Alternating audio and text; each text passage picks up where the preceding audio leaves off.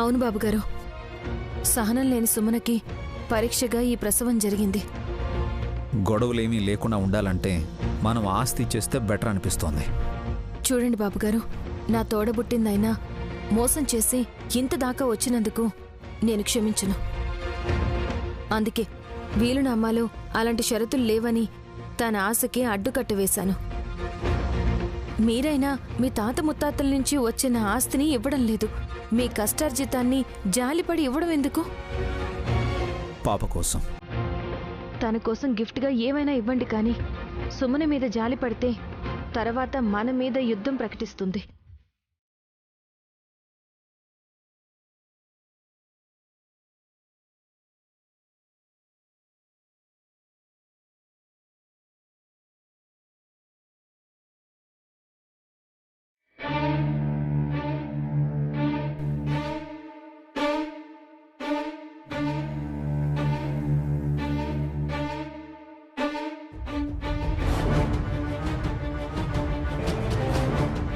ఏం చేస్తున్నావు సుమనమ్మా? డిస్టర్బ్ చేయకండి బాబాయ్. కనీసం తల కూడా తిప్పకుండా సమాధానం ఇస్తున్నావంటే అంత బిజీగా ఉన్నావా సుమ్మి? ఇప్పుడు రిప్లై లేదు అనంటే చిట్టి ఏకాగ్రతకు భంగం కలగకుండా జాగ్రత్త పడుతుంది అని అర్థం.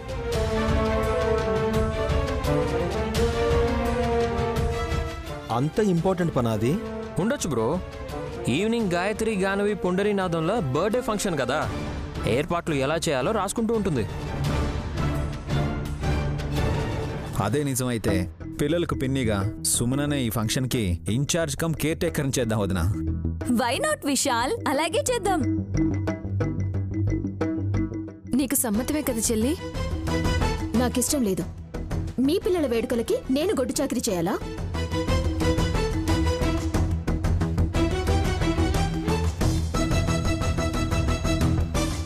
నీ కూతురుకు కూడా ఫంక్షన్లోనే పేరు పెట్టాలనుకున్నాం కదా. అందుకే కదా ఏ పేరు పెట్టాలా అని వెతుకుతున్నాను. హో వార్ని, ఇన్ని పుస్తకాలు ల్యాప్టాప్ ముందేసుకుని బిల్డప్ ఇస్తుంటే ఇంకేదో ఘనకార్యం చేయబోతున్నాం అనుకున్నాం కదే. పోజులు కొడుతూ పేజీల మీద రాసుకునేది పేర్లా? అన్ని పేర్లు ఎందుకు మరదలా? ఒక పేరే కదా పెట్టేది. ఆ పేరు కూడా చాలా స్పెషల్ గా ఉండాలి కదా బావగారు. పాపే ప్రత్యేకం, పేరు కోసం పాకులాడడం ఎందుకు? అంటే ఏంటక్క, తను మనిషి కాదు పాము కాబట్టి పాకుతోందని అదే ప్రత్యేకమని ఎగతాళి చేస్తున్నావా? నీకిలా అర్థమైందా? ఓహో, ఇంకో అర్థం కూడా ఉందా?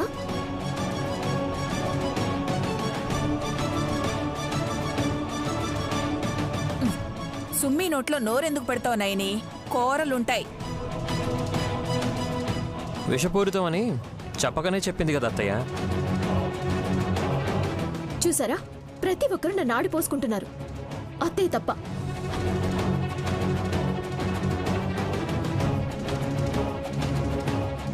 మరి నేను? మీరు ఏమి అనరు. మిగిలిన వాళ్ళకి నేనంటే ద్వేషం, నాలో విషం ఉందని ప్రచారం చేస్తారు. సుమన, పొరపాటు పడుతున్నాం. నీ బిడ్డ అలా పుట్టడానికి కారణమేంటో తెలుసుకున్నాక ఎవరికి రాగద్వేషాలు ఉండవు. తను పసిపిల్ల, వేరేలా చూడరాదు. కానీ మీరు చూస్తారు. మీ పిల్లల్ని ఒకలా, నా కూతుర్ని ఒకలా. ఏ పిచ్చా నీకు? పగలు పాపలా రాత్రి పాములా కనబడుతున్నా తేడా చూపించకుండా ముగ్గురు పిల్లల పుట్టినరోజు వేడుకల్లో పాపకు కూడా నామకరణం చేయాలనుకున్నారు.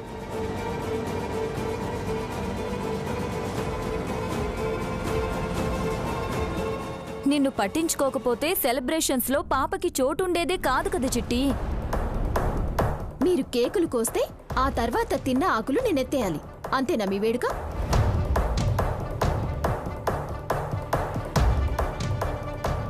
అదేంటమ్మా, ఎటువంటి టెట్టిమంటావో? నేను చెప్పానుగా, బుద్ధి తక్కువ ఉన్న వాళ్లతో వాదనొద్దని. ఇప్పుడేమంటావు చెల్లి? పాపకు పేరు పెట్టాలా వద్దా? పేరు పెడతాను, కానీ మీరు చేసే ఫంక్షన్లో ఫ్రీగా నేను నా పాప హాజరయ్యి పేరు పెట్టించుకొని మెక్కమని చెప్పకండి.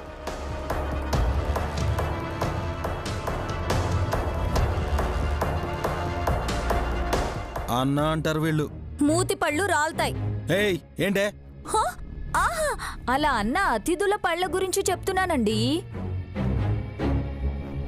సుమన, నీకంటూ 10 కోట్ల రూపాయలని ఇస్తానని చెప్పాను కదా. నాకేమైనా ఇస్తారా? పాప పేరిటి కదా ఇస్తారు.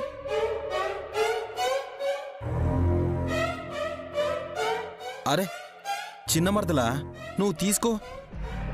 డబ్బుల మీద ఏం రాసుంటుందో తెలుసా? ఎవరిచ్చినా చేతికి వచ్చాక తీసుకున్న వాళ్ళకే హక్కు ఉంటుందని రిజర్వ్ బ్యాంక్ గవర్నర్ సంతకం పెట్టి ఉంటారు. అర్థం చేసుకో. మీ మమ్మీ లేనప్పుడు మీ బుర్ర బానే పనిచేస్తుంది రాజా. అంటే ఏంటి, మా మమ్మీ ఉండకూడదంటావా? హా, అప్పుడే అంత అదృష్టం వచ్చేస్తుందా? చావమంటావా ఏంటి? అబ్బబ్బా ఆపండి. ఒక మాట అంటే దాన్ని పట్టుకునే గొడవ చేస్తారు. పొద్దున్నే లేవగానే పంచాయతీలు మొదలెట్టడం, వాటిని తీర్చుకోవడంతోనే రోజంతా గడిచిపోతుంది.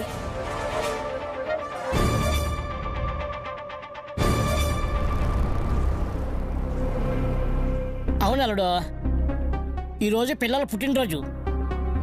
సెలబ్రేషన్ అయినా సంతోషంగా చేసుకోండి.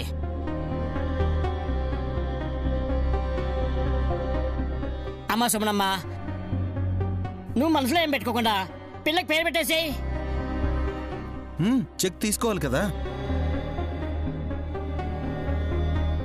మౌనం అంగీకార సూచకం, ఎందుకు కాదంటుంది? డన్. అందరూ హ్యాపీయే కదా?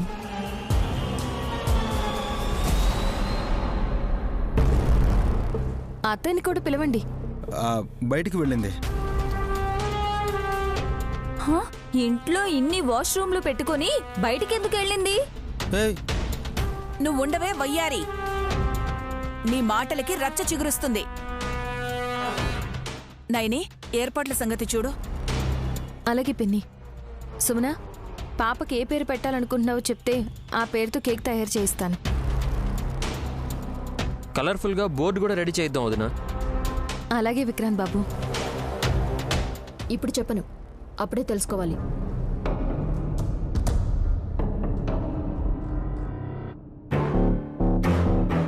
సస్పెన్స్ లో పెట్టింది సుమనమ్మ.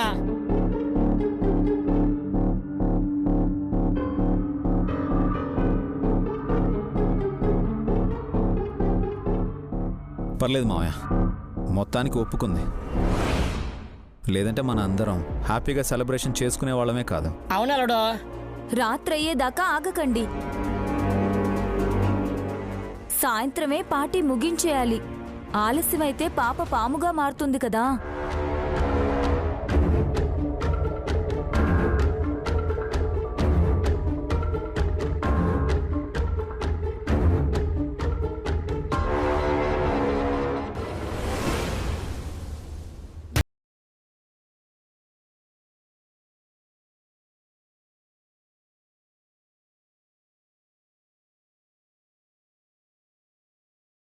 Very good.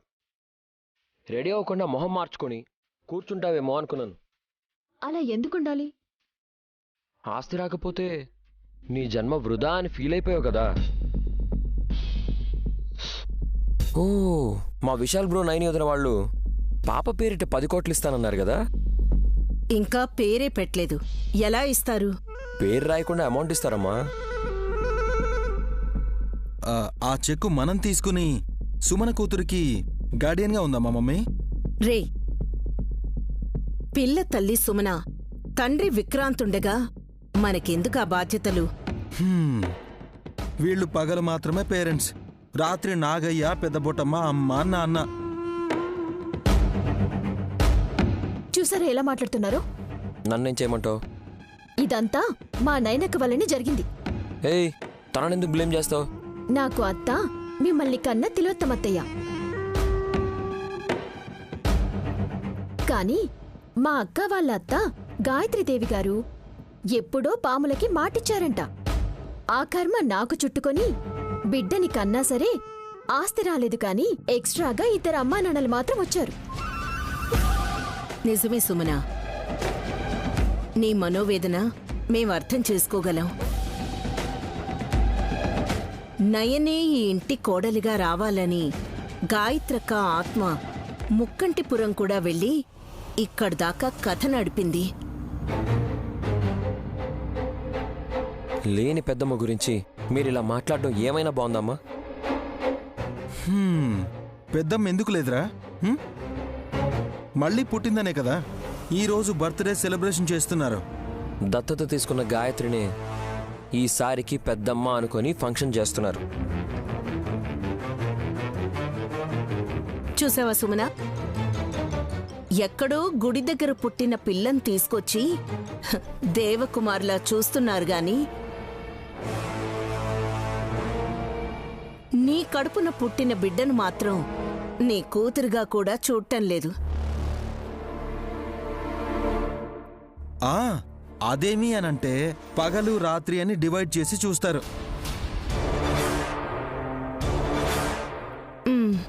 నీ కూతురుకేమో 10 కోట్లు, గాయత్రికేమో దత్తత తీసుకున్నందుకే 25 కోట్లు రాసిచ్చారు. గుర్తుందా? బాగా గుర్తుందత్తయ్య. ఆ అనాథ పిల్ల ఆస్తికి వారసురాలయ్యింది. నా బిడ్డ మాత్రం వాళ్ళిచ్చే డబ్బుల్ని పెళ్ళిడికొచ్చాక వాడుకోవాలంట. ఇది మీకు వాళ్లకు ఉండే తేడా. ఎందుకు బ్రో పిచ్చిదాన్ని రెచ్చగొడతారు? నువ్వు పిచ్చివాడివిరా, చెప్తే అర్థం చేసుకోవు.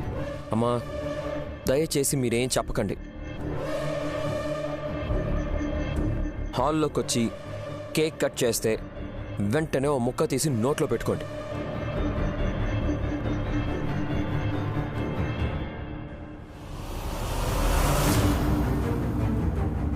స్పెషల్గా కేక్ తెప్పిస్తున్నారా ఏంటి మమ్మీ? వాడు అలా అన్నాడు. రే, కేక్ నోట్లో పెట్టుకుంటే నోరు మూసుకొని పడుంటామని వాడు ఉద్దేశం. కాని సుమనా, నువ్వు మాత్రం అస్సలు ఊరుకోవద్దు. నన్నేం చేయమంటారత్తయ్యా? అప్పనంగా డబ్బులు తీసుకుంటున్నావని ఎవ్వరూ అనుకోరాదంటే నువ్వు చెలరేగిపోవాలి. ఎలా? చిన్న మరదలి ప్రశ్న మమ్మీ. చెప్తాను, శ్రద్ధగా విను.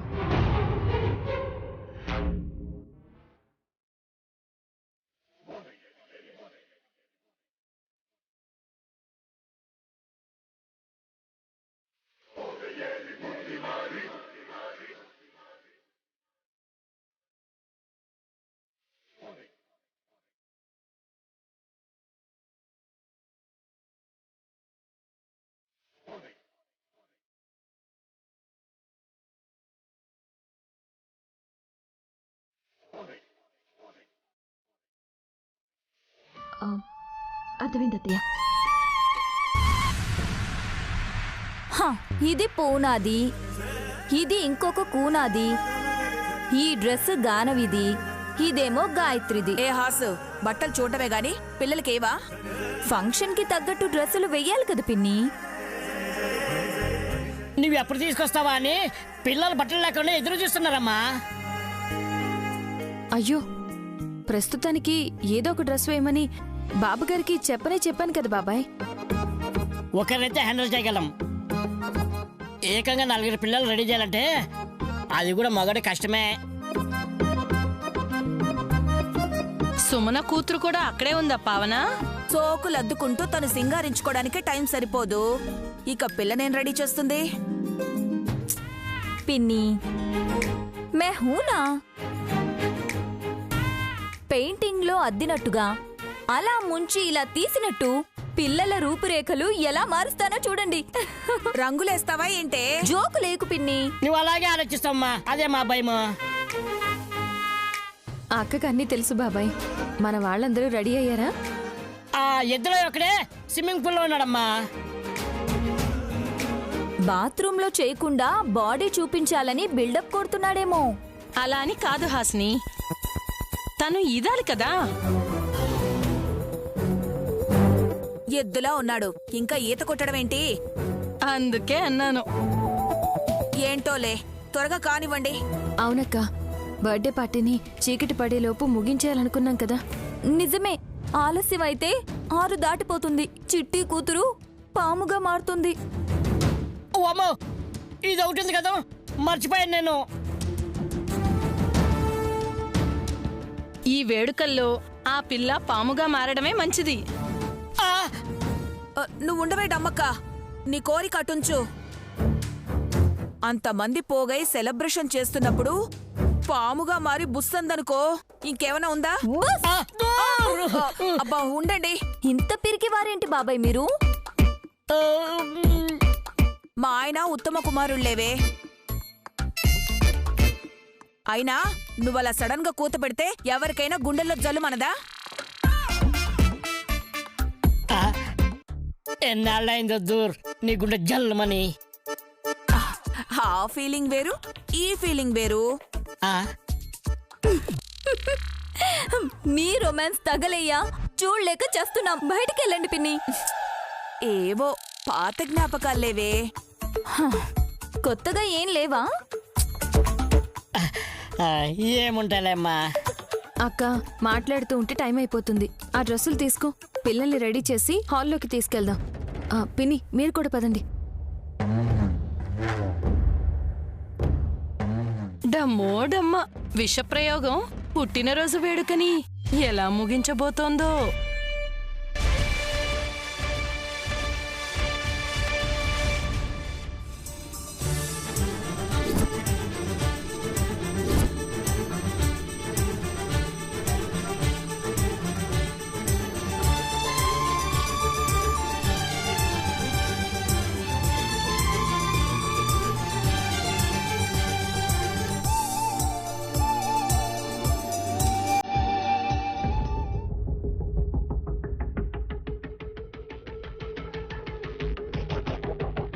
కేక్ తెచ్చిపెట్టారు కానీ ఇంకా ఓపెన్ చేయలేదు మమ్మీ. నువ్వేదో విషప్రయోగం చేస్తానని చెప్పావు. తీసి పెడితే డౌట్ వస్తుంది కదా. తీయకపోయినా ఇందులో ఏదైనా కలిపి ఎవరినైనా టార్గెట్ చేసుకుంటే ఆటోమేటిక్గా సంభవించే ఆపదేంటో నైనికి తెలిసిపోతుందిరా. అదేలా మమ్మీ? అందుకే ఈసారి వినూత్నంగా ఆలోచించి అమలు చేయబోతున్నాను. ఎలా?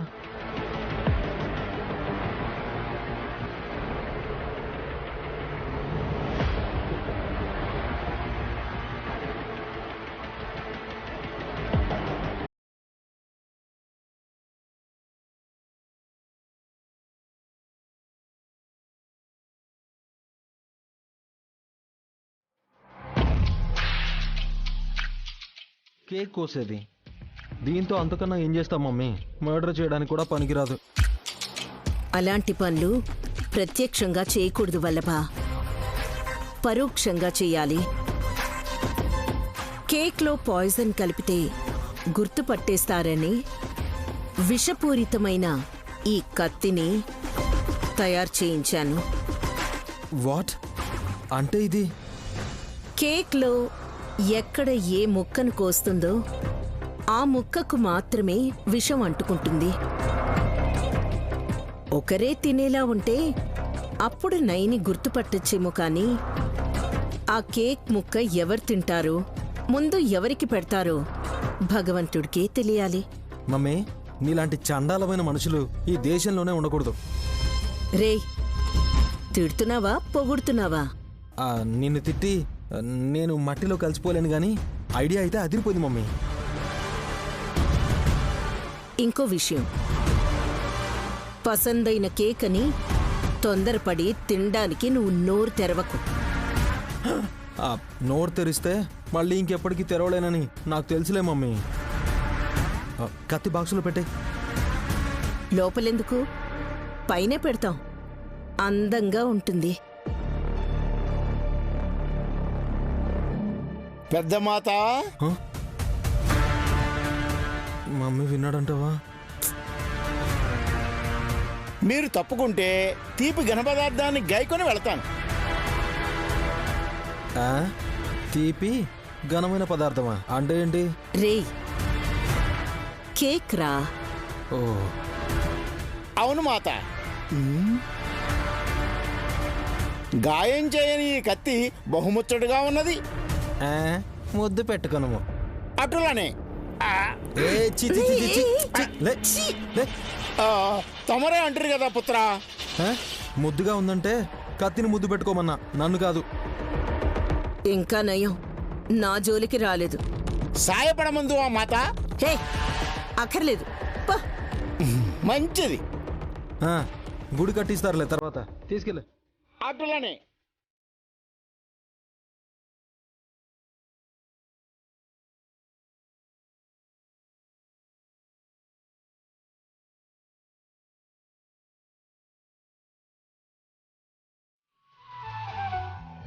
ఆహా, ఎంత సంబరంగా ఉందో ఇల్లు. ఎప్పుడు ఇలాగే కళకళలాడుతూ ఉండాలి.